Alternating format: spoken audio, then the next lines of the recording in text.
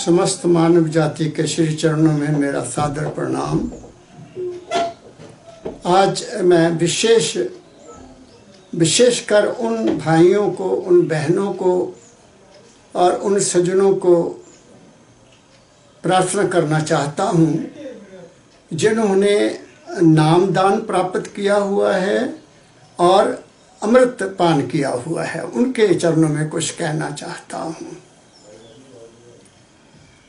मेरे देखने में आया है, मेरे मिलने वालों से पता चला है कि जिन लोगों ने नामदान प्राप्त, पहले तो बात ये है कि नाम लेने के लिए आपने क्यों इच्छा प्रकट की, आपके मन में क्या ख्याल आया कि नाम किसी महापुरुष से लिया जाए, क्या जरूरत महसूस की। पहली बात ये है, अगर आपको नाम की महत्ता का नहीं पता, नाम की महिमा का नहीं पता, नाम क्यों सिमरन करना चाहिए और नाम कौन सा होता है, तो ये केवल मैं कहूँगा कि भेड़ चाल बन गई। हमारे देश में चले हुए हैं लोग, 15-15 साल के बच्चों को नाम दिया जा रहा है। सभी नाम लेकर कहते पर हमने पता नहीं क्या पा लिया।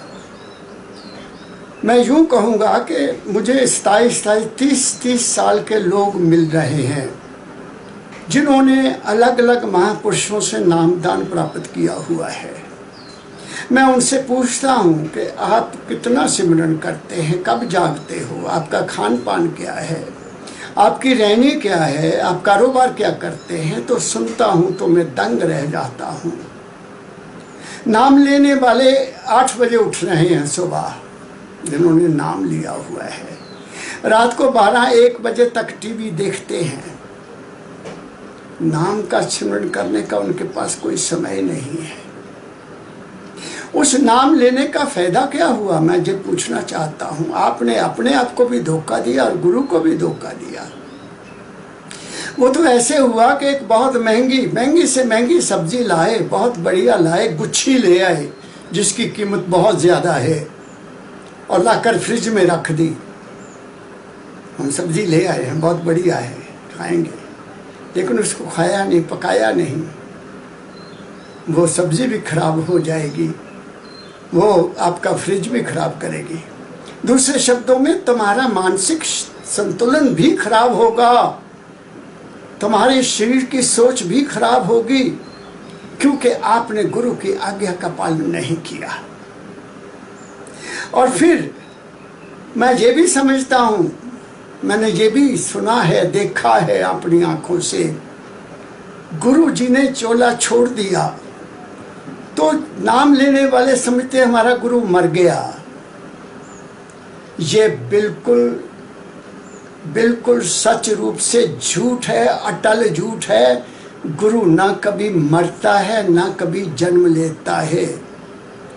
आपने गुरु की महिमा को समझा ही नहीं कि गुरु कहते किसको हैं। और फिर मैंने ये भी देखा है कि नामधारी अलग अलग तरह के देवी देवताओं को भी मानते हैं और अनेक अपने घरों में अनेक तरह की तस्वीरों को, फोटो को रखकर धूप दान भी करते हैं। संत मत में ऐसी कोई, गुरु मत में ऐसी कोई बात नहीं है कि तुम ज्योति भी जलाओ और अगरबत्ती भी जलाओ और घंटी भी बजाओ। गुरु का नाम लिया हुआ है, तुम्हारी रहनी नहीं बदली, तुम्हारी करनी नहीं बदली, तो फिर उसका फायदा क्या हुआ। आपने नामदान किसके लिए लिया। ये दुर्भाग्य नहीं है, यह आपने समझा नहीं है कि आप अपने जीवन के साथ धोखा कर रहे हो। अरे भाई, सुबह उठो, स्नान करो, थोड़ा थोड़ा खा, तेरे भले की कहूँ, संतों की वाणी है। अल्प सी निद्रा, स्वान सी निद्रा, अल्प आहार, ऐसा एक महापुरुष ने कहा। अल्प आहार, स्वान सी निद्रा। कुत्ते की नींद बहुत एकदम जाग जाता है और वो खाता भी बहुत कम है। योगी बनना है आप लोगों ने, घर में रहते हुए तुमने सब कुछ प्राप्त करना है, कारोबार करते हुए प्राप्त करना है। अपनी रहने को बदलो, अपने खाने पीने को बदलो, अपने सोने और जागने को बदलो। तब तुम्हें नाम की प्राप्ति होगी। ये नाम जो आप लोगों को दिया गया है, ये तुम्हारे इस संसारिक जीवन को स्वच्छ, अच्छा, खुशहाल और भरपूर बनाने के लिए है। 5 नाम, ये 5 नाम धुरधाम का नाम नहीं है। ये 5 नाम मन की वृत्तियों को नियंत्रण में करने के लिए है, और ये 5 नाम जीवन की आशाओं को पूरा करने के लिए है। ये 5 नाम मन की अपवित्रता को दूर करने के लिए है। ये 5 नाम अंदर के विकारों को दूर करने के लिए है। वो तभी विकार दूर होंगे जब आप जहाँ बैठकर नाम का सिमरन करेंगे, तुम्हारे अंदर जितनी गंदगी है, जितने संस्कार हैं, जितने विचार हैं, विकार हैं, वो निकलते जाएंगे। इसलिए संतों ने नाम को कुदाली कहा है। कुदाली जिससे मिट्टी को खोदा जाता है। जब हम नाम जपते हैं तो अंदर से अनेक प्रकार के जो विचार दबे हुए हैं, संस्कार दबे हुए हैं, उनको जो नामदान निकालता जाता है और हमें हल्का करता जाता है। इसलिए मैं उन सभी नामधारियों से प्रार्थना करता हूँ कि अगर आपने नाम लिया है, वो मेरे प्यारे हो, तुम भाग्यशाली हो, तुम्हें नाम की प्राप्ति हो गई है। इसके महत्व को समझो। और नाम मिलने के बाद फिर भी तुम शिकवा करते हो, शिकायत करते हो, ये नहीं हुआ, वो नहीं हुआ, वो नहीं हुआ, वो नहीं हुआ, उसका कारण ये है कि तुमने नाम की महिमा को नहीं समझा, तुमने नाम की महत्व को नहीं समझा, तुमने नाम का सदुपयोग नहीं किया, इसलिए तुम्हारे अंदर शिकवा और शिकायत है। नहीं तो तुम फिर उसकी मौज में ना रहने लग जाओगे। तुम्हारा जीवन अपने आप सुधरता जाएगा। तुम्हें कुछ मांगने की जरूरत ही नहीं पड़ी, क्योंकि वो तो गुरु ने सब कुछ तुम्हारे अंदर रखा हुआ। उस माल के कुल की सब दातें, सब कुछ तुम्हारे अंदर है। तुम्हारे कर्म भी तुम्हारे अंदर हैं, पहला किया हुआ भी, अब जो करते हो वो भी, जो कर चुके हैं वो भी, सब तुम्हारे अंदर जमा हुआ है। उनको समझना है। और ऐसी तरह से जिन भाइयों ने अमृत छका हुआ है, उनके लिए भी मैं बेनती करता हूँ, जब अमृत छक लिया तो उसके बाद हमारा भोजन बदलना चाहिए। जहाँ अमृत अंदर चला गया है तो फिर हमारे अंदर कोई ऐसी चीज़ नहीं चाहिए जो जीव जंतु को मारकर खाई जाती है, वो नहीं जानी चाहिए। फिर गुरु की वाणी के साथ प्रेम होना चाहिए, फिर गुरु की वाणी के साथ लगन होनी चाहिए, फिर उस लगन के साथ कोई और हस्तक्षेप दखल नहीं होना चाहिए। मुझे याद है एक बार मैं एक गाड़ी में सफ़र कर रहा था, तो सामने वाली सीट में एक बहन थी और उनका पति भी था साथ में। वो बहन जब सुबह का समय हुआ तो उन्होंने एक जपजी साहब, जिसको सुंदर गुटका कहते हैं, वो निकाला और पाठ करना शुरू कर दिया। पाठ करते करते टेलीफोन भी आ रहा है, पाठ बंद हो जाता है, वो टेलीफोन को भी सुनती है और फिर अपने पति से भी बात करती, फिर पाठ करना शुरू कर देती है। ये वो पाठ नहीं है। जब तुम किसी भी गुरुवाणी का पाठ कर रहे हो, ओ मेरे प्यारे हो, ओ मेरे सतगुरु दे लाडले हो, वो जिस गुरु, जिस साहब की, जिस परम तत्व की वाणी है, वो तुम्हारे से साक्षात बात कर रहे हैं। तुम वाणी नहीं पढ़ रहे, वो सतपुरुष उस वाणी में बैठा हुआ आपको संबोधित कर रहा है। इस बात को समझने की कोशिश करो। वो केवल पोथी नहीं है, वो केवल कोई पवित्र किताब नहीं है, वो साक्षात परम तत्व का रूप आपके साथ बात कर रहा है। इसलिए श्री गुरु ग्रंथ साहब जी महाराज में कहा गया है कि उसमें साहिबान, गुरु साहिबान विराजमान हैं, संत महापुरुष वहाँ पर विराजमान हैं। वो हमें अपना विचार देते हैं, अपनी वाणी देते हैं और हमें, हमारे मन को पवित्र करते हैं। संसार का कोई धर्म बुरा नहीं है, सब धर्मों में कोई ना कोई गुण है, सब धर्मों में सच्चाई है, सब धर्मों में हकीकत है, सब धर्मों में असलियत है। लेकिन हमने उस असलियत को, उस हकीकत को और उस सच्चाई को समझने की कोशिश नहीं की। हम केवल मना आनंद लेते हैं। हाँ, सत्संग में गए, गुरु महाराज के दर्शन हो गए, यही काफ़ी है। वहाँ अपने सज्जन मित्रों से मिल लिया, यही काफ़ी है। मैंने कई दफ़ा दुर्भाग्य से कहता हूँ, दुखों की कर कहता हूँ, कोई सत्संगी आता है, भाई कहाँ से आए? बाबा हम सत्संग सुन के आए। अच्छा मेरे पास बैठो, मुझे कोई आज की बात बताओ, सत्संग में कौन सा शब्द लिया गया और गुरु महाराज ने उस पर क्या अपने विचार प्रकट किए। वो कोई बात नहीं बताता, बस वहाँ की प्रबंध के बारे में मेरे साथ भरे के, और लंगर का बहुत बढ़िया प्रबंध है, सेवादार ये करते हैं, वो करते हैं। ये सत्संग नहीं हुआ। उनका ध्यान जा खाने में चला गया, जा उनका ध्यान प्रबंध में चला गया। उन्होंने गुरु की बात को नहीं पकड़ा। सब ही गए, सतगुरु आगे,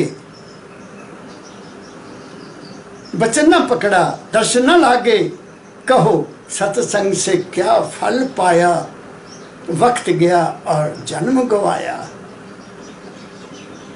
मैं सभी उस मालिक के प्रेमियों से प्रार्थना करता हूँ कि आप, अगर तुम्हें सौभाग्य प्राप्त हुआ है, तुम्हें सतगुरु मिल गया, तो इस नाम का जाप करो, सिमरन करो। उठो, सुबह उठो, नहा धोकर एक जगह बना लो अपने घर में, एक जगह बना लो घर में। वहाँ पर आपकी उस नाम की जपने की रेडिएशन आ जाएगी। उस स्थान का वातावरण ही बदल जाएगा।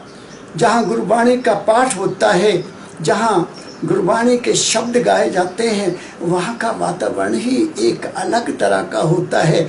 वहाँ जाते ही आपके मन के सभी विकार तुम भूल जाते हो। ऐसे ही तुम्हारा वो स्थान जहाँ तुम बैठकर नाम का सिमरन करोगे, वो शांति का स्थल बन जाएगा, वो प्रेम का स्थल बन जाएगा। उसमें आपके अंदर से जो आवाज़ आ रही है, उसकी गूंज वहाँ पैदा हो जाएगी। मैं क्या कह रहा हूँ, मेरी बात को पकड़ने की कोशिश करो। एक तो बात मैंने ये कहनी थी कि अगर आपको ये सौभाग्य प्राप्त हुआ है, नाम प्राप्त हुआ है, गुरु मिल गए हैं, तो फिर तुमके दुनिया की कोई ज़रूरत मांगने की ज़रूरत नहीं है। वो तुम्हारी तरफ अपने आप आते जाएगी। लख खुशियाँ पातशाहियाँ जे सतगुरु नज़र करे। अरे सतगुरु की नज़र ही बहुत होती है। और वो सतगुरु तुम्हें कौन बताएगा? सतगुरु कहाँ रहता है? वो बाहर का महापुरुष तुम्हें बताएगा। वो सतगुरु तुम्हारे अंदर है। मुझे नहीं पता आपको बताया जाता कि नहीं बताया जाता। मुझे तो मेरे दाता, मेरे सतगुरु बाबा फकीर जी महाराज ने पूर्ण साक्षात करवाया। वो सतगुरु तुम्हारे अपने अंदर है। कहाँ है वो? शरीर, मन, आत्मा, मन, चित्त, बुद्ध, अहंकार से परे है। हमारी दुनिया जो है वो मन, चित्त, बुद्ध, अहंकार के अधीन है। और मन, चित्त, बुद्ध का असर ही हमारे शरीर पर होता है, और इनका ही असर हमारे विचार पर होता है, इनका ही असर हमारी आँखों पर होता है, इनका ही असर हमारे कान पर होता है, इनका ही असर हमारी ज़बान पर होता है। हम इन चारों की इस चौपड़ी में अपनी ज़िंदगी का खेल खेलते हैं। इस चौपड़ी से निकालने वाला सतगुरु है।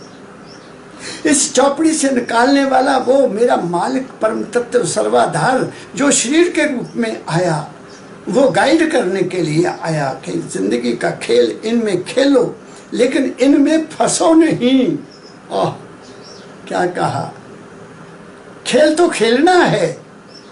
दादा बने हो तो दादा का रोल प्ले करना है, पति बने हो तो पति का रोल प्ले करना है, अगर पत्नी है तो पत्नी का रूप प्ले करना होगा, बेटा है तो बेटे का रूप माँ बाप के प्रति करना होगा। यदि हम ये नहीं करते, नामदान ले लिया हुआ है, माँ बाप की कोई परवाह नहीं है, घर गृहस्थ की तरफ से ध्यान को हटा दिया।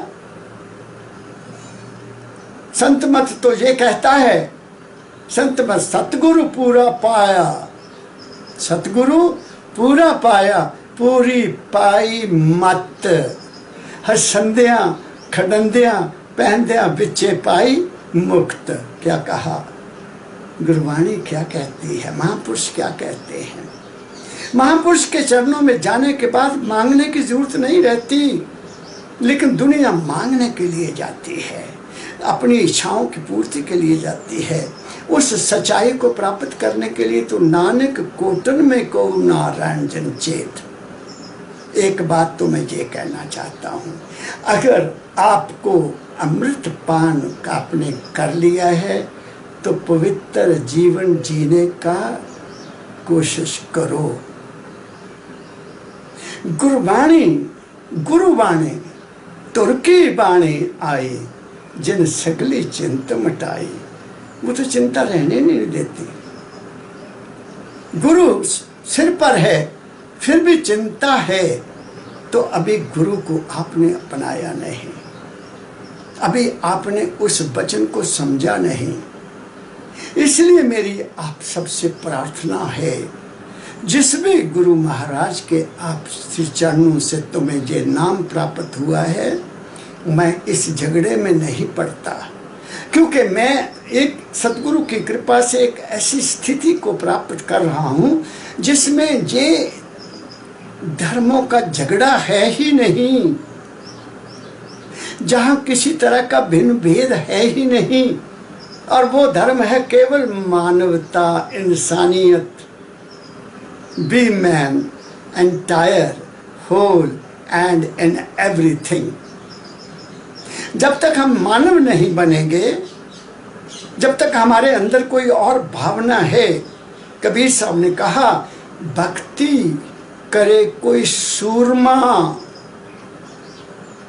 भक्ति करे कोई सूरमा, जाति वर्ण सब खोए।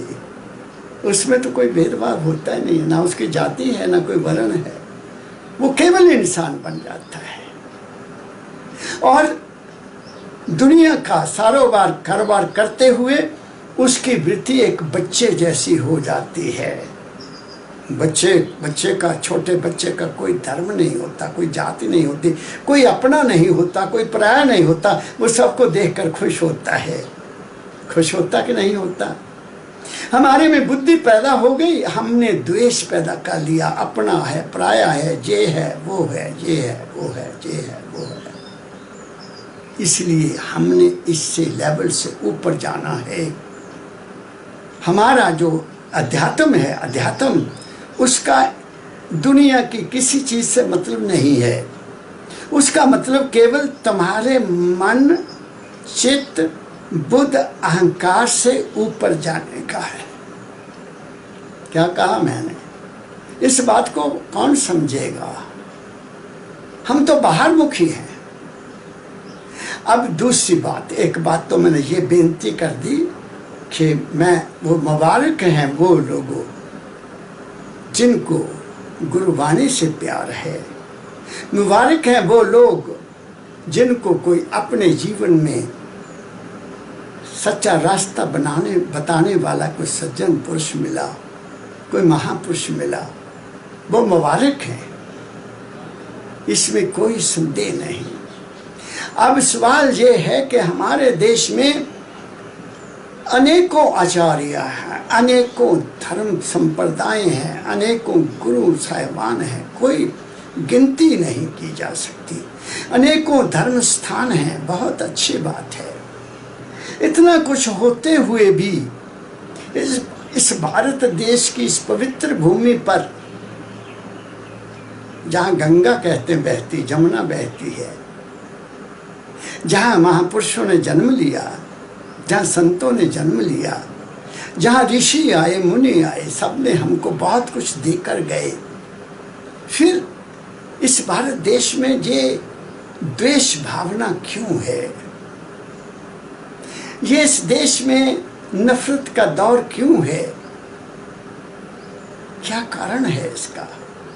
मैं ये कारण समझता हूँ कि भिन्न भिन्न धर्मों पर चलने वाले मेरे भाई बहन भिन्न भिन्न गुरुओं को मानने वाले मेरे सज्जन, या भिन्न भिन्न तीर्थ स्थानों को मानने वाले सभी लोग अपने मन में ही खेलते हैं। वो सब मन के मारे हुए हैं। मैं इस बात को थोड़ा और स्पष्ट कर देता हूं। मेरे जीवन का अनुभव ये है कि ये जो चोला है, आपका जो चोला है, आपका जो मानव शरीर है, ये केवल शरीर नहीं है। ये तो केवल पांच तत्व का बना हुआ पुतला है जो माँ के गर्भ में पला और बाहर आकर इस प्रकृति के दिए हुए भोजन के ऊपर ये ऐसा बना है। एक बात, मन बचपन में हमारा, जब माँ की गोद में थे, हमारा मन नहीं था। भोजन खाना शुरू किया, मन बनना शुरू हो गया, क्योंकि भोजन जैसा खाइए अन्न तैसा बने मन। उसके बाद हमारा मन भी बनना शुरू हो गया। सात्विक भोजन मिलता था तो सात्विक विचार बनते गए, राजसिक भोजन मिलता रहा तो राजसिक मन बनता गया, और तामसिक भोजन मिलता गया तो तामसिक मन बनता गया। तो जो भी हम जिस भी महापुरुष की पूजा अर्चना करते हैं, देवी देवता को मानते हैं, तीर्थ स्थान को मानते हैं, ये सब कुछ हमारा मन के लेवल का काम है। तो जो मन से चीज मानी जाती है, ना मन सदा रहने वाला है, ना वो चीज सदा रहने वाली है। मेरी बात को ध्यान से सुनना मेरे प्यारे सुनने वालों। मैं निर्लेप होकर, निर्बंध होकर, निस्वार्थ होकर आप लोगों की सेवा में कह रहा हूं कि ये जो मन से बानी हुई चीज है, ये हमें सुख नहीं दे सकती। ये सुख थोड़ी देर के लिए दे सकती है, थोड़ी देर के लिए तुम्हें मना आनंद मिलेगा। संकीर्तन में चले गए, तालियां हुई, कोई बड़ा अच्छा शब्द गा रहा है, तुम्हें बड़ा आनंद आएगा। शुभ कथा सुना रहा है, उस समय में बड़ा तुम झूमते हो कि नहीं झूमते हो। वो मना आनंद आपने ले लिया, मन के लेवल की खुशी तुम्हें मिल गई। तुमने पाठ कर लिया, मन के लेवल की तुम्हें खुशी मिल गई। तुम सत्संग में गए, मन के लेवल का तुम्हें आनंद मिल गया। आत्मानंद नहीं तुम्हें मिला और रूहानियत का आनंद नहीं तुम्हें मिला। क्या कह रहा हूं मैं आपसे? मना आनंद कब तक लेते रहोगे? भोजन का आनंद तब तक है जब तक मन दांत हैं तभी तक आनंद रहता है ना। आंखें हैं जब तक, तब तक देखने का आनंद मिलता रहेगा। जब तक कान सुनते हैं तो कानों का आनंद मिलता रहेगा। जब ये तीनों चीजें नहीं होंगी तो फिर क्या होगा? क्या कहना चाहता हूं? तीनों बंद लगाए कर, वाणी महापुरुषों का वचन, तीनों बंद लगाए कर सुन अनहद तन को, नानक सुन समाधि में नहीं सांझ नहीं बोल। इनको जीवन में ही बंद करने का तरीका सीख लो। जो आज देखा है कल को रूप बदल जाता है। जो आज देखा है कल को वो रूप नहीं रहेगा। 10 साल के बाद आओगे तो कुछ और बना हुआ होगा। 15 साल के बाद आओगे तो शक्ल ही बदली होगी, तुम्हारी भी और उस स्थान की भी बदली होगी। बदलता नहीं है क्या सब कुछ? तो मूर्ति पूजा करो, मुझे खुशी है। कोई भी जिस जहां कोई लगा मूर्ति पूजा करते हैं, वो मन से करते हैं, मन से कर रहे हैं। और क्या कर रहे हैं? मन के लेवल पर करते हैं। इसलिए तुम्हारे अंदर द्वेष है कि वो उसको मानता है, वो उसको मानता है, वो उसको मानता है, वो उसको मानता है। तो मन के लेवल पर भिन्न भिन्न हो गए। शरीर के लेवल पर तो भिन्न भिन्न हम हैं ही, लेकिन मन के लेवल पर भी हम बिल्कुल बिखरे हुए हैं, टूटे हुए हैं, तब्दील हुए हैं और आपस में बटे हुए हैं। इन दो से आगे दो स्थितियां हैं, एक आत्मिक स्थिति है, एक रूहानियत स्थिति है। आत्मा क्या है? प्रकाश है, सब में वही है, विराजमान है। मन तो ज्योत स्वरूप है, अपना रूप प्रशांत। यही बात गायत्री मंत्र में कही गई है कि तुम ओम भूर्भुवः स्वः से आगे, तीनों से आगे जाओ, स्थूल सूक्ष्म और कारण से आगे जाओ। वहां तुम्हारे अंदर सूरज का प्रकाश है, उसको अपने जीवन का मार्गदर्शक बनाओ। क्या नहीं कहा?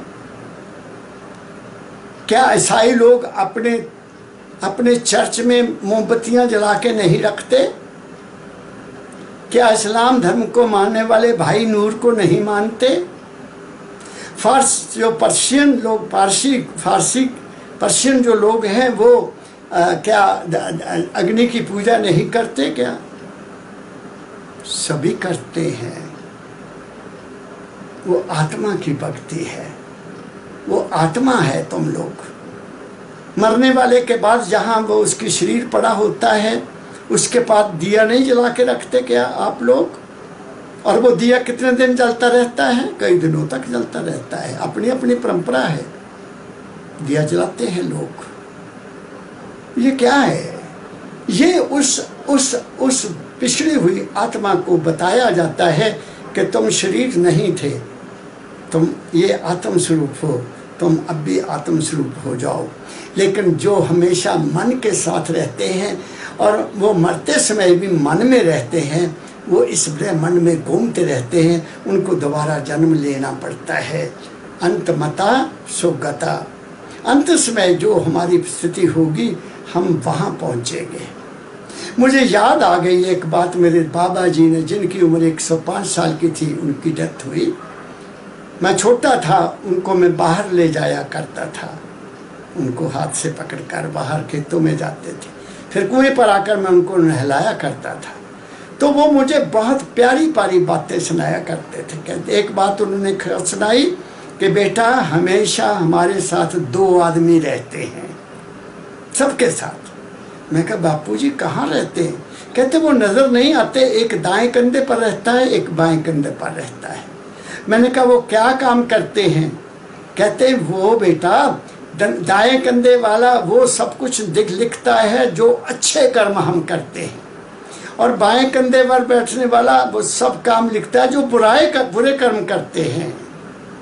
और जब शरीर आदमी का छूटता है तो उसके हिसाब से उसका डिसीजन होता है कि किधर इसको भेजना, नरक जाएगा, स्वर्ग जाएगा, अच्छे कर्म किए हैं, जन्म मरण से रहित होकर नहीं होगा। ये पुष्टि गुरु नानक साहब जी महाराज ने पहले की हुई है।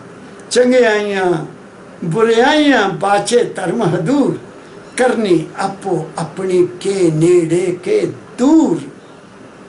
जिन्नी नाम ते आया, देखो कितनी बड़ी बात कही है संतों ने। जिन्नी नाम ते आया गए मशक्कत काल, नानक ते मुख उजले केती छुट्टी नाल। वो कईयों को साथ ले जाते हैं जिन्होंने नाम ते आया। तो क्या जो हम पूजा करते हैं, घंटी बजाते हैं, आरती करते हैं, वो हम नाम जपते हैं क्या? वो तो एक परंपरा है, वो तो एक मर्यादा है। करो, मैं कहता हूं करनी चाहिए जहां तुम्हारा मन, क्योंकि मन है ना, इसको कहीं ना कहीं तो लगाना ही है। लगाया बहुत अच्छा है, लेकिन फिर द्वेष मत करो रे, किसी से द्वेष मत करो। और फिर एक को मानो, जिसको भी मानते हो। ये नहीं कि आज यहाँ मत्था टेका, कल को वहाँ मत्था टेका, परसों वहाँ मत।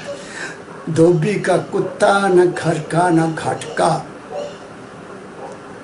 गुरुवाणी को मानने वाला किसी और को नहीं मानता। अगर वो मानता है तो वो गुरु भक्त नहीं है। गुरु को मानने वाला अगर वो किसी और चीज को मानता है तो वो गुरु मत का नहीं है।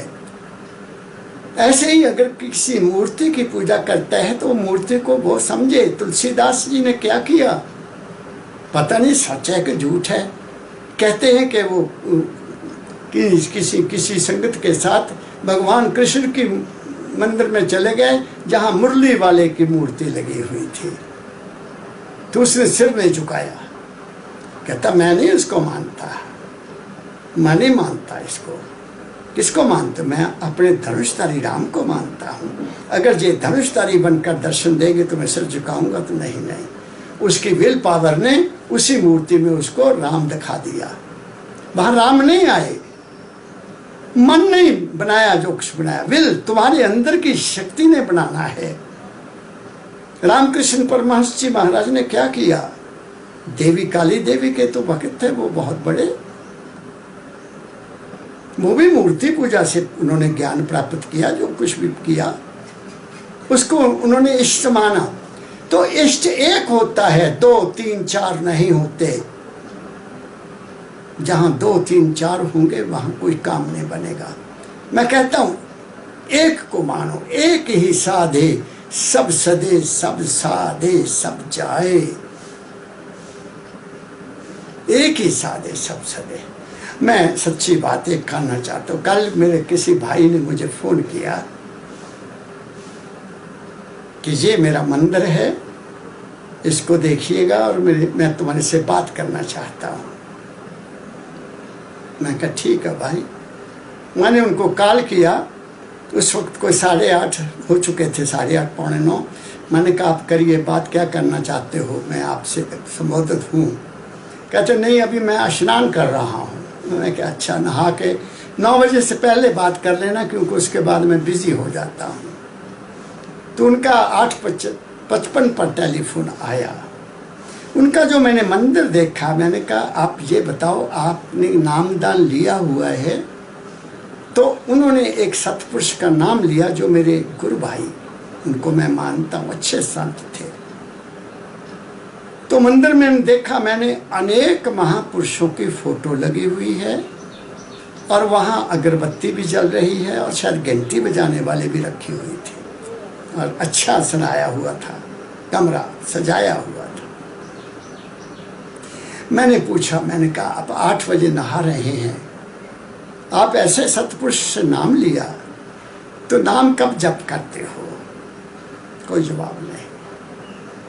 फिर इतने महापुरुषों की फोटो क्यों रखी हुई है आपने? गुरु तो तुम्हारा एक है, एक को मान लो, तुम्हारा कल्याण हो जाएगा। तुम्हारा मेंटल कंसंट्रेशन अदरवाइज नहीं बनेगी, सभी मूर्तियां आपके अंदर घूमती रहेंगी और पॉजिटिव एनर्जी वहां नहीं पैदा होती जहां बहुत फोटो रखी हो। जिस घर में ज्यादा, मुझे कई एक सज्जन मिला, महाराज जी अमीर आदमी, महाराज मन शांत नहीं रहता। मैंने कहा मेरे प्यारे मुझे ये बता के आपके घर में कितनी फोटो है, किस किस को मानते हो? बड़ी फोटो बना दी। मैंने कहा जब तक इतनी फोटो हैं आपके घर में शांति नहीं रहेगी, क्योंकि नेगेटिव एंड पॉजिटिव फोर्सेस आपस में लड़ती हैं। तुम्हें क्या पता उस फोटो में कौन सी पॉजिटिविटी है? तुम किस ख्याल से उनकी पूजा करते हो? मेरी बात को समझो, मैं क्या कहना चाहता हूँ। मेरे घर में कोई और मूर्ति आपको नहीं मिलेगी, एक मेरे सतगुरु की मूर्ति मिलेगी, हर कमरे में मिलेगी, दूसरा कोई नहीं।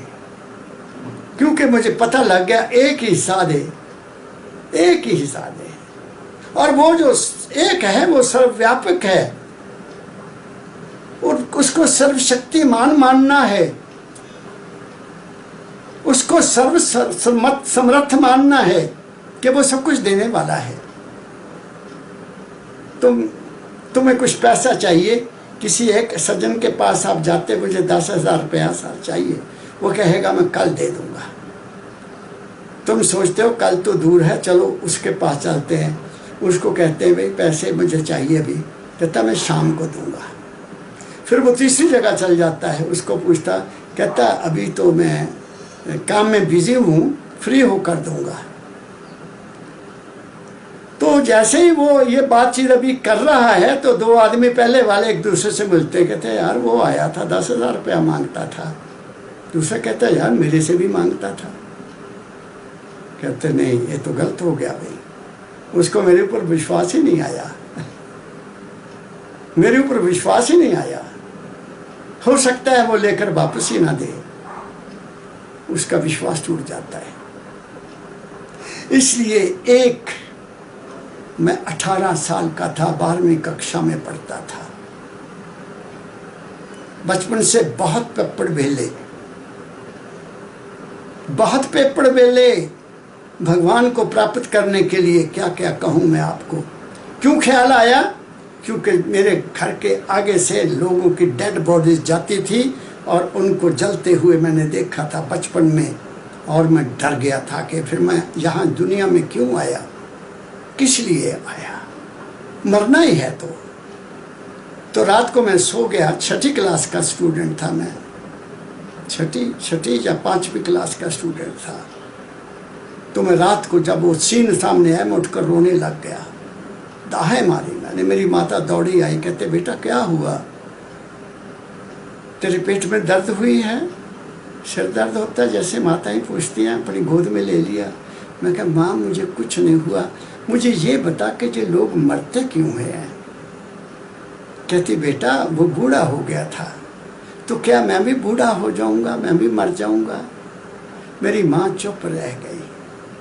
फिर आखिर में उन्होंने मुझे क्या कहा, बेटा मैं इन बातों के बारे में कुछ नहीं जानती, ये तो गुरु जानते हैं। ये उस वक्त मुझे एक जाग लगा कि गुरु होता है।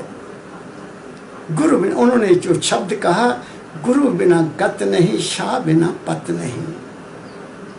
शाह होता है जो पैसे उधारे दे देता है, हमारा काम चल जाता है। गुरु वो होता है जो ज्ञान देता है। गुरु ज्ञान देता है, गुरु मोक्ष नहीं देता। गुरु का दिया हुआ ज्ञान मोक्ष देता है।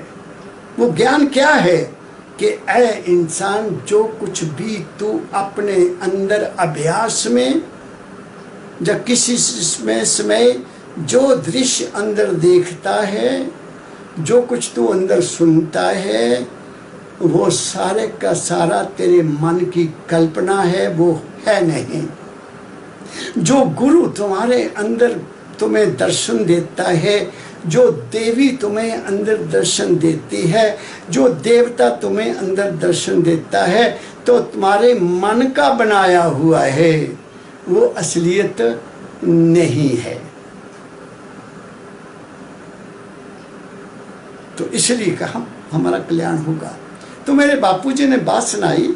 हमारे उधर होशियारपुर पंजाब में एक जगह है, उसका नाम मुझे अब याद नहीं आ रहा।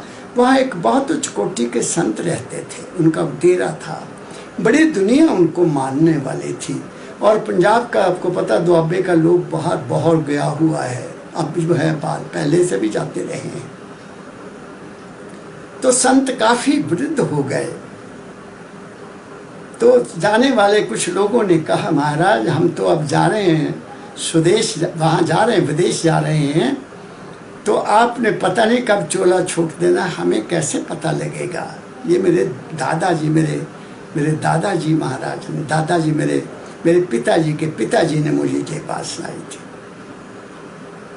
तो उन्होंने कहा जब मैं चोला छोड़ूंगा तो मेरे मानने वालों को सबको घंटियां सुनाई देंगी। तो वक्त आया जब आखिरी दिन उनके आए, तो उनका जो चारपाई आराम करने वाली थी, वह एक बहुत बढ़िया बेर का वृक्ष था उस डेरे में, और उसको बड़े मीठे बेर लगते थे। तो उन्होंने कहा भाई मुझे वहाँ आराम करना है, बेरी की संगनी छाँव है, उसमें मैंने आराम करना। वहाँ वो लेट गए। जब आखिरी वक्त आया तो ऊपर उन्होंने देखा कि बहुत अच्छा बेर लगा हुआ है, ये खा लेता तो अच्छा था, बड़े मीठे थे, मैं खाया करता था। चोला छोड़ दिया और वो जो सुर्त थी वो जाकर उस बेर में टक गई। अब कोई घंटियां नहीं बजी, शरीर ठंडा हो गया, दुनिया इकट्ठी हो गई, बड़ी दुनिया आई। कहते जी महाराज ने तो ये कहा था लेकिन घंटियाँ कोई नहीं बजी। वो मानते ही नहीं हैं। डॉक्टर कहते हैं नहीं, वो स्वर्गवास हो चुके हैं, आप इनका संस्कार करो। 3 दिन इंतज़ार करते रहे, नहीं कुछ हुआ। तो चौथे दिन कहते हैं कि महापुरुष आए, बहुत सुंदर महापुरुष आए। वो आते आते पूछते भी कहाँ गए बाबा, महाराज जी कहाँ हैं? कहते जी अच्छा हटो, इधर हटो। कहते जी वो वहाँ हैं, बेरी के नीचे हैं, उनका आसन लगा हुआ। वही बहुत सुंदर जगह थी, रमणीक जगह थी, जहाँ वो कभी कभी बैठते जा बातचीत करते थे। तो देखा उन्होंने, चारों तरफ देखा। कहते अच्छा कितने दिन हो गए? 4 दिन हो गए जी। तो क्या बात कह के गए थे? कहते थे घंटियाँ बजेंगी। अच्छा, ऊपर देखा तो बेर लगा हुआ है। उन्होंने बेर तोड़ा। ये बाबा जी ने, मेरे दादाजी ने मेरे पास में बेर तोड़कर उसको खोला और एक कीड़ा यहाँ रख लिया, एक छोटा जर्म कीड़ा रख लिया। कहते लो देख लो अपने गुरु, देखो अपना बाबा ये है। वो लोग हैरान हो गए। कहते हमारे महाराज बेर का कीड़ा बन ही नहीं सकते, ये कैसे हो सकता है? कहते बस मेरा आखिरी दफा ख्याल आया कि खा लूं, इसमें चला गया। घंटियां सुननी है, लो सुन लो, यूं दबाया। कहते हैं उनको सबको घंटियां सुनाई दी। ऐसा मैंने सुना। फिर आंखों देखी बात आपको सुना देता हूँ। मेरे गांव में गुरुद्वारा बहुत अच्छा, बाबा चंचल जी का गुरुद्वारे के नाम से मैं बचपन में वहाँ जाया करता था इतवार को मत, क्योंकि वहाँ के संत बहुत अच्छे थे। कर्मदास जी बहुत अच्छे थे, मेरे से बहुत प्यार करते थे। तो वो उनका एक लड़का था जो पहले वो गांव में रहते थे और पत्नी नहीं थी, तो लड़के की शादी की। तो उस बच्चे को और बहू को उस गुरुद्वारे में एक कमरा बना दिया, वहाँ रहने लगे। उनके एक पोता भी पैदा हुआ। तो एक दिन वो अकेले बैठे थे, एक महापुरुष आए और उनको संबोधित करते हुए कहा, कर्म में तुम यहाँ ये दुनिया के चक्कर में पड़ गए, ये क्या पहना हुआ है तुमने? अगर घर गृहस्थ में ही रहना था तो वही ठीक थे, यहाँ आने की क्या जरूरत थी? बाबा चंचल जी की वहाँ समाधि है। और ये कहा और वो चले गए। मैं उस वक्त 10वीं न 11वीं कक्षा में पढ़ता था। पता लगा कि बाबा जी गांव में सारे वो चौकड़ी लगाई और दीवार के साथ आसन लगा कर बैठ गए। कहा अब मुझे कोई नहीं बुलाएगा और ना मैं कुछ खाऊंगा। बस आसन लगाया और जो गुरु का मंत्र था उसका जाप करते करते उन्होंने जोड़ा छोड़ दिया। ये मेरी अपनी आंखों देखी बात है, क्योंकि मैं फिर कैमरे वाले को ले आया था।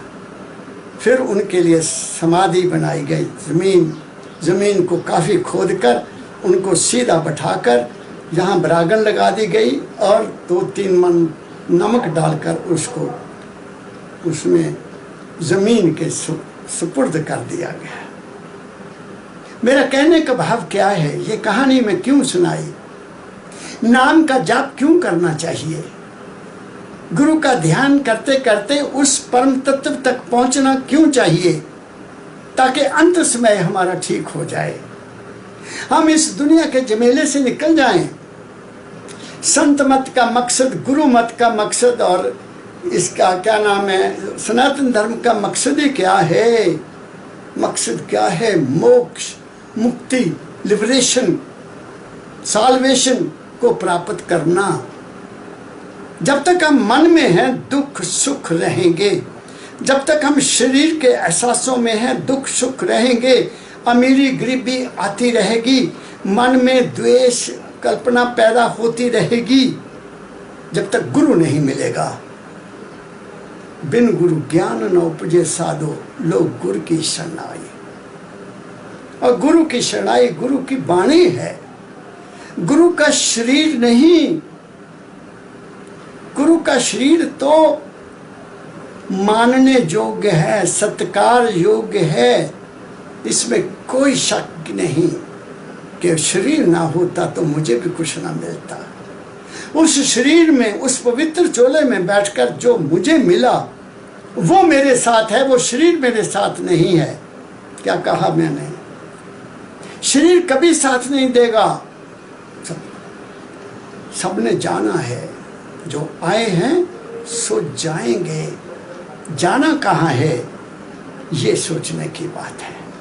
रहना तो किसी ने नहीं है, लेकिन हमें विश्वास नहीं आता। तुमने जग को सत्य कर माना, कैसे पाओ नाम निशान। पहले ये समझना होगा हम यहाँ क्यों आए हैं। हमने किसी का कुछ देना है, हमने किसी का कुछ लेना है। कहीं पितृ ऋण है, माँ बाप का ऋण है, कहीं मातृभूमि का ऋण है, कहीं किसी रिश्तेदार का कुछ लेना देना है। बात समझ रहे हैं आप मेरी? जब ये लेना देना खत्म हो जाएगा, अगर खत्म नहीं हुआ तो दोबारा आना पड़ेगा। इसलिए हिसाब किताब पूरा करना होगा, हिसाब किताब पूरा करना होगा। जिसको भी धर्म को मानते हो मानो, वो मुबारक है, मगर द्वेष नहीं होना चाहिए। अगर द्वेष है तो आप ठीक रास्ते पर नहीं। मंजिले मकसूद सबका एक है, मंजिले मकसूद सबका एक है। शरीर का मंजिले मकसूद है राख हो जाना। मन का मंजिले मकसूद है कि इसको विचारों से मुक्त करना। नहीं मुक्त होगा तो हर चीज असंभव है। जो अभ्यास करते हैं क्यों करवाया जाता है, साधन क्यों करवाया जाता है? ताकि हम जीते जी ही इस शरीर के एहसासों से और मन के सभी तरह के बंधनों से मुक्त हो जाएं। हमें शरीर मन से बचने का साधन मिल जाए। मन की जितनी कल्पनाएं हैं, रंग हैं, रूप हैं, दृश्य हैं, उनसे हम स्वतंत्र हो जाएं जीते जी। जब जीते जी हमें वो प्राप्त हो जाएगा तो मरते समय हम एकदम साफ हो जाएंगे। इसलिए साधन किया जाता है ताकि हम इनसे अलग होकर प्रकाश रूप हो जाएं और शब्द रूप हो जाएं। क्या कह रहा हूं मैं आप सबके सेवा में? इसलिए आओ मानव बनकर, इंसान बनकर उस मालिक को जो एक है, जो सबका है, एक है, वो सबका है, वो किसी एक का नहीं। वो निर्लेप है, निर्बंध है, सर्वव्यापक है, अकय है, अपार है, अगाध है, अलख है, अनामी है। वो संतों ने उसका नाम रखा राधा स्वामी है। मैं राधा स्वामी मत में दाखिल हुआ और राधा स्वामी मत ने मुझे आजाद कर दिया। क्या बना दिया? इंसान बना दिया। इंसान की दृष्टि में ये जग किसने रचा? उस मालिक की एक रचना है, कुदरत की एक रचना है। ये उसका एक खेल है। इस खेल में हम खिलाड़ी हैं। हम इस दृश्य का आनंद लेने आए हैं, लेकिन हम तो यहाँ फंस गए। फंसे इसलिए कि हमें गुरु नहीं मिला, हमें बाप नहीं मिला जिसकी उंगली पकड़कर हम इस दृश्य को देख लें। कबीर साहब का एक शब्द है, मेरे सतगुरु पकड़ी बाँ, नहीं तो मैं बह जाता। गुरु की कितनी ऊंची पदवी रखी। गुरु ने बाँ पकड़ ली तो फिर तुम भटका नहीं खाओगे। पकड़ो, गुरुबाणी को पकड़ लो, गुरु के शब्द को पकड़ लो, गुरु के रूप के साथ मत जुड़े रहो। दुख से कहता हूं, तुम स्वरूप देखो, अच्छी बात है, गुरु का स्वरूप देखना चाहिए, दर्शन करे, ये सत्संग है, सत्संग की महिमा गाई है। दर्शन करे, वचन पुन सुने, ये गुरु भक्ति है। दर्शन करे, वचन पुन सुने, सुन सुन कर नित मन में गुने, गुण गुण कड लेत तिस सार, कड सार तिस करे आहार, कर आहार पुष्ट हुआ भाई, जग भव भय सब गए गुआई। ये है सत्संग, ये है गुरु भक्ति। ये नहीं कि गए 2 घंटे 1.5 घंटे वहाँ देखते रहे, ख्याल कहीं और है, विचार कहीं और है, उसका फायदा क्या हुआ? उसका कोई फायदा नहीं हुआ। एक छोटी सी बात आपको सुना देता हूँ चलते चलते। कहीं बहुत बड़े महापुरुष का सत्संग हो रहा था, उसमें एक बहुत बड़ा सेठ भी आया हुआ था जिसकी कई फैक्ट्रियाँ सी। वो सब कुछ भूल गया वहाँ बैठकर, क्योंकि वाणी ऐसी थी गुरु महाराज के मुखारबिंद से आ रही, बहुत सुंदर वाणी, मन उसका लग गया था, उसका ख्याल उनकी वाणी के साथ जुड़ गया था। तो इतने में बड़ा लड़का उनका आया, बड़ा लड़का आया, धीरे धीरे देखे पिताजी कहाँ बैठे, उनके पास जाकर कान में कहते, पिताजी बड़ी फैक्ट्री को आग लग गई है। और ये कहकर वो चला गया। और वो सेठ जो बहुत ध्यान से सुन रहा था, अब उसको वो सुनना ही बंद हो गया। गुरुजी क्या कह रहे हैं क्या नहीं कह रहे, ख्याल फैक्ट्री में चला गया, ये भी जल गया होगा, इतना धन वहाँ रखा था वो भी जल गया होगा, ये कागज थे वो भी जल गया होगा, अब मैं क्या करूँगा, लाखों करोड़ों रुपया मेरे सिर पर बोझ हो जाएगा, मैं क्या करूँगा। बस इस चक्कर में पड़ गया और गुरु की वाणी नहीं सुनना भूल गया। आधे पौने घंटे के बाद छोटा बेटा आता है और बड़े भाई ने बता दिया था कि पापा वहाँ बैठे हैं। जाकर उनके कानों में कहता, पिताजी फैक्ट्री तो जल गई, लेकिन वो जो इंश्योरेंस करवाई थी ना फैक्ट्री की इतने लाख की, वो कागज़ बच गए हैं, वो कागज़ बच गए हैं। चलो लाला जी को कुछ ढारस बने। और फिर वो वाणी अच्छी लगने लग गई। अब वो चिंता चली गई, चलो वो तो पैसे मिल ही जाएंगे, कोई बात नहीं, फैक्ट्री जल गई जल गई। तो हमारा सत्संग में बैठकर अगर गुरु की वाणी के साथ हम नहीं जुड़े हैं और घरेलू चक्कर में पड़े हुए हैं, किसी और विचार में चले गए और उस विचार से मुड़ना फिर बहुत मुश्किल हो जाता है। और कईयों को तो नींद ही आ जाती है, मैंने देखा है। वो तामसिक विचारधारा के होते हैं जिनको नींद आ जाती है, वो सो जाते हैं। उन्होंने क्या पाया सत्संग से जाकर? कुछ नहीं पाया। कुछ मिलने जुलने के लिए जाते हैं, उन्होंने क्या पाया? कुछ नहीं पाया। गुरु के पास जाके बैठो, जाके गुरु के पास बैठो और वचन उनके सुनो। गुरुद्वारे में गए हो तो पानी को ध्यान से सुनो। अगर कोई विचार आ गया और उसके समझ नहीं आती तो किसी विद्वान से पूछो कि इनका मतलब क्या है, वो आपको समझा देंगे। जाके गुरु के पास बैठो और वचन उनके सुनो। जो सुनो उनको विचारो, जो विचारो वह गुनो। मैंने बहुत कुछ आपकी सेवा में कह दिया। नाम प्राप्त किया है, गुरु वाले हो गए हो, तो गुरु को कुछ बन के बताओ।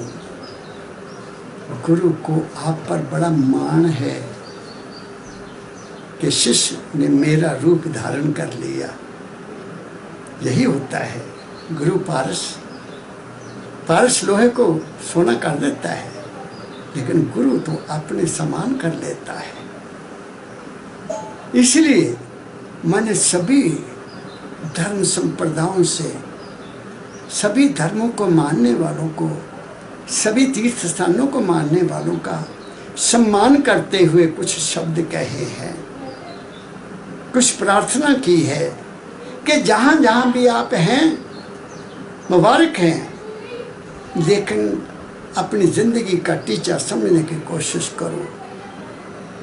इंसान के रूप में आकर कब तक इन खिलौनों से खेलते रहोगे? इन मानसिक चीज़ों से कब तक अपना आनंद प्राप्त करते रहोगे? इस शरीर का आनंद का कब तक आपको सुख मिलता रहेगा? जैसे जैसे बूढ़ा होता जाएगा, जैसे जैसे वृद्ध होता जाएगा, ये शरीर के सुख समाप्त होते जाएंगे।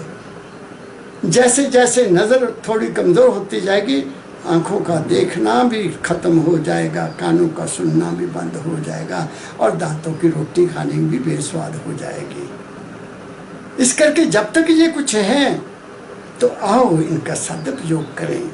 सुबह शाम आँख कान मुख बंद, कुछ नहीं सुनना है, अंदर की बात को सुनो, अंदर मन की चलती हुई चाल को रोको, और वो चाल केवल सिमरन से हो सकती है। इसलिए सिमरन सबसे ज़्यादा महत्व रखता है। सिमरन जो भी है, जो भी नाम आप जपते हो, उसके साथ तुम्हारा मन यहाँ ठहर जाएगा। मन ठहरने से तुम्हारे मन को ताकत मिलेगी, और तुम जिंदगी में जो कुछ चाहते हो वो प्राप्त कर सकते हो। कबीर साहब ने लिखा, कुछ करनी कुछ कर्मगत, कुछ पूर्व ले लेख, देखो भाग कबीर का लख से बया अलेख। हमने भी जो लिखे हुए गए हैं उनको मिटाना है, मिटाकर उस परम तत्व में जज्ब होना है। यही कहना चाहता हूँ। अगर मेरे इस मुख से कोई ऐसा वचन निकला हो जिससे जिस भी सज्जन को कोई थोड़ा बहुत भी मामूली सा भी कोई दुख लगा हो, उसके लिए मैं क्षमा का याचक हूँ।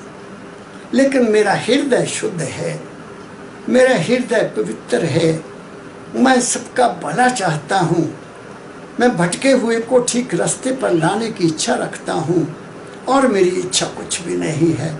आप सुखी हो जाओ, मेरा देश सुखी हो जाए, ऐसी बीमारियों से मुक्त हो जाए, तो क्या है?